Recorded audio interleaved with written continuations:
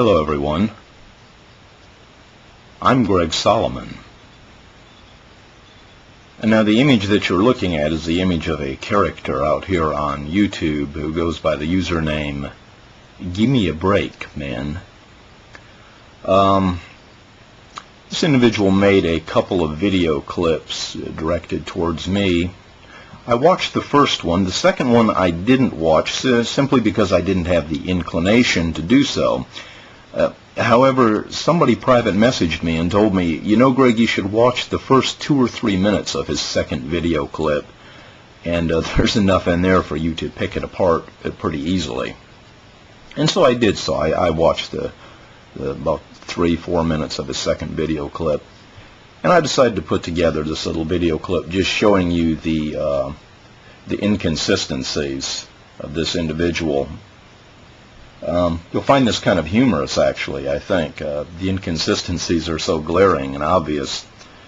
First of all, here is his first video clip. Now, bear in mind that he made both of these video clips in the same day.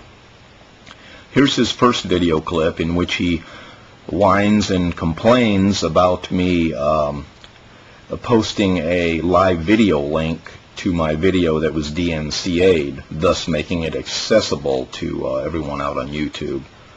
Let me play this. You're doing well, apparently.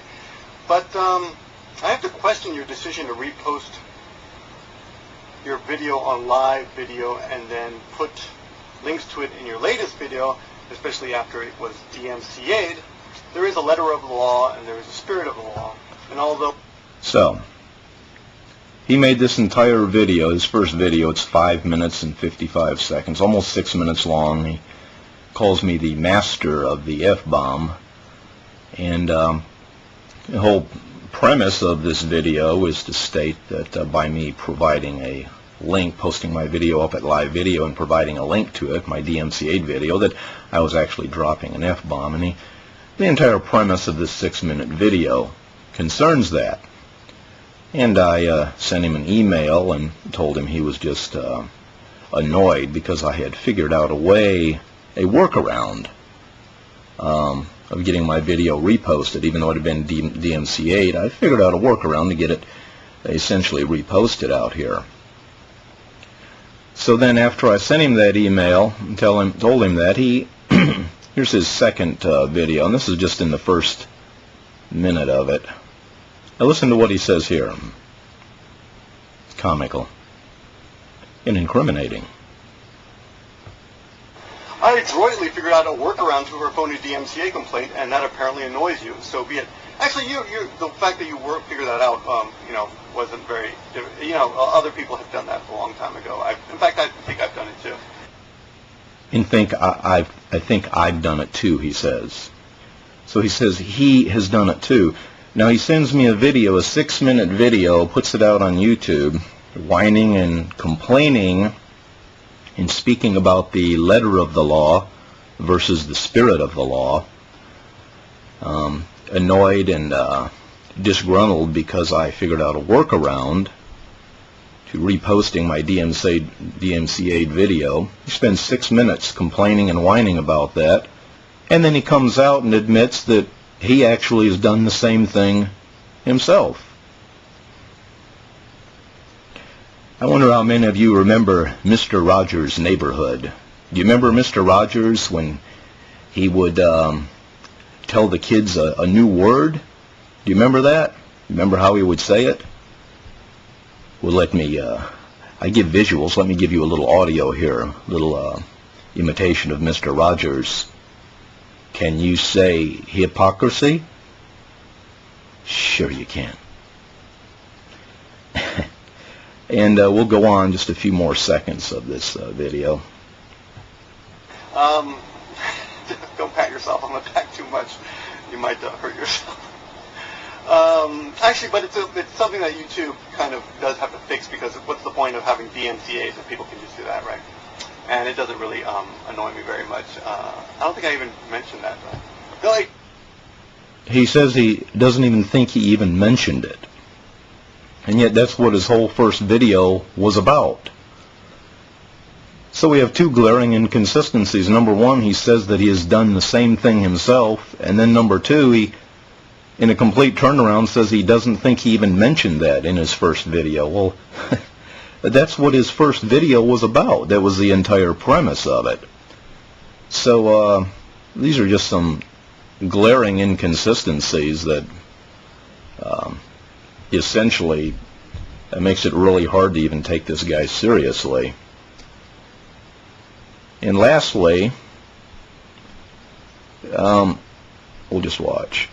I don't have time for this. I really don't have time for this. But what I'm going to do is read you an email here that I got. Okay, yesterday I went to Zoom. I had a great... The reason I'm showing you that is all of these jittery, unnecessary movements this guy is making. I'm going to head and put this on pause and turn the camera around so I can talk to you and restart it and finish this clip.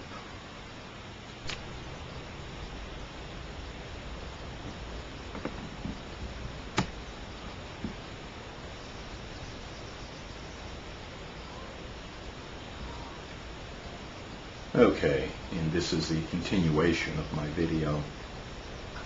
Let me just explain first why I delay speaking when I start my video clips up.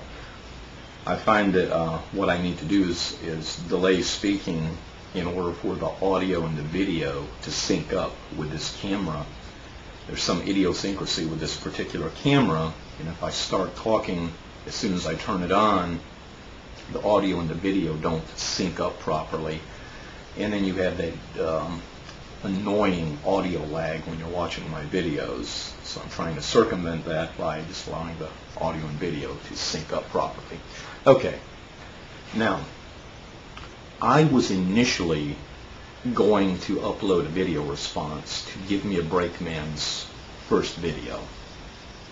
However, in light of the glaring inconsistencies evidenced just within the first minute and 30 seconds of his second video, how can I even take this character seriously? How can I take anything he says seriously? Indeed, how can anyone out here take this character seriously? Well, he's not even consistent with what he says in two videos that he uploads on the same day. The first video he uploads, he entitles GregSolomon, Master of the F-Bomb, and then he proceeds to spend 6 minutes, the entire video, whining and complaining and indeed castigating me for circumventing the DMCA process, essentially figuring out a workaround and reposting my video by way of a link to my video over on live video, so that now my video, my DMCA video, is actually no longer DMCA'd for all practical intents and purposes. Anyone out here can watch it. It's simply one mouse click away. But anyways, he spends his entire video clip, his entire first video, complaining and whining about that, and that is the premise of his video clip. And I send him an email, and I just jot down to him, I said, I think you were just whining and complaining, and a little irritated and disgruntled because I figured out a workaround and posted my video over at live video. He makes a second video clip and he reads that portion of my email and he says, no, I don't even think I mentioned that in my first video. Well, that's what his entire first video was about. That was the whole premise of his first video. That's all he spoke of in his first video. Also, in his first video, he says once a video is DMCA'd, why, we should let the law run its course. We should not try to circumvent that.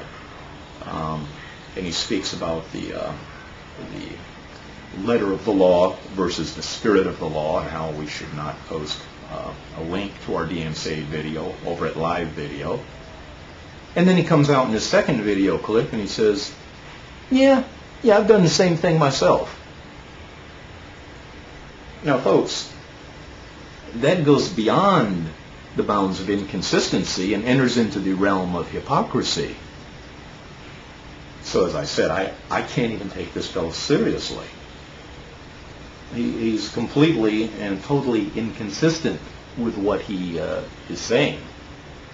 So there's no way that I can answer him, because there's no use for me to answer him, because he's completely inconsistent. So what I did instead was I just posted essentially a couple of snippets of his videos, those 2 videos, and just showed you his glaring inconsistencies, and essentially I allowed him to ensnare himself with his own words. So there's no need for me to ensnare him with my words. The reason I posted the 3rd snippet, the video clip, is just for the humor factor, because of all these unnecessary movements that he's doing throughout his videos. That's why when I emailed him, I asked him perhaps he needed a pair of glasses that fit better, so he didn't have to continually adjust them. And now I see that he just is doing this constantly through his videos. He is shaking like a dog in a Chinese restaurant throughout his entire videos.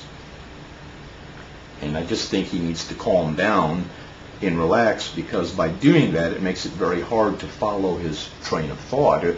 Indeed, now I see with this inconsistency that he essentially has no train of thought. He can't even follow his own train of thought. Anyways, subject number 2 here, let me speak just a little bit about the woman whose defense he ran to.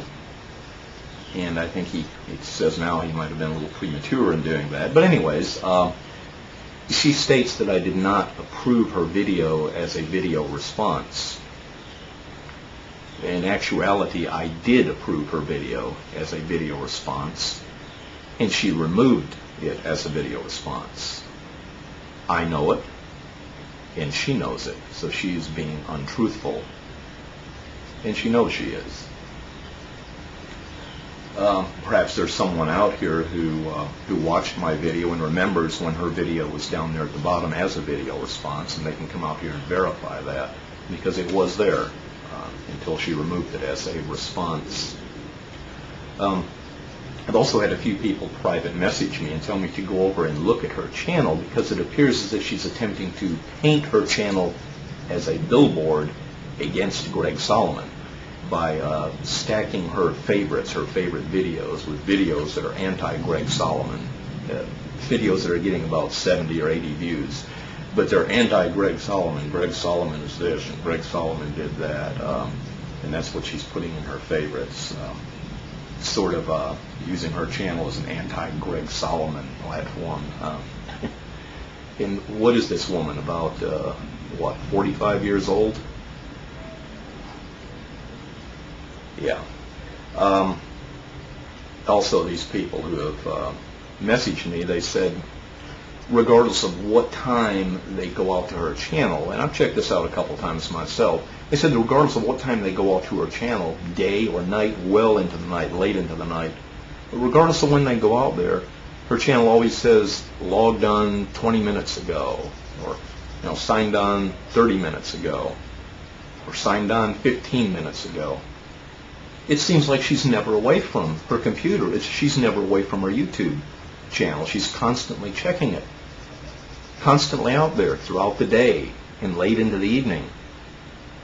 I would suggest perhaps that she needs to find something else to occupy her time with other than her YouTube channel, especially at the age of 45, or whatever age she is. She appears to be mid-40s, I would say.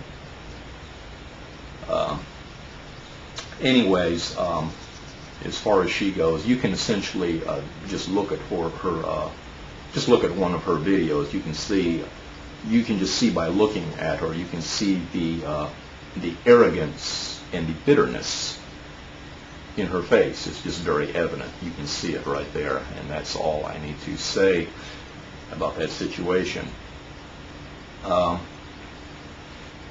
And concerning Mr. Gimmeabreakman, I mean, come on, folks.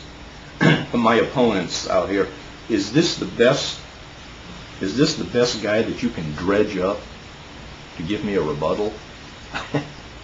I mean, is this the best you can do? Because this fellow, with his hypocrisy, glaring inconsistencies, and inability to clearly think his answers through, demonstrates to me that he's not even ready for a game of checkers, much less a game of chess. Until next time, everyone, this is GregSolomon saying take care.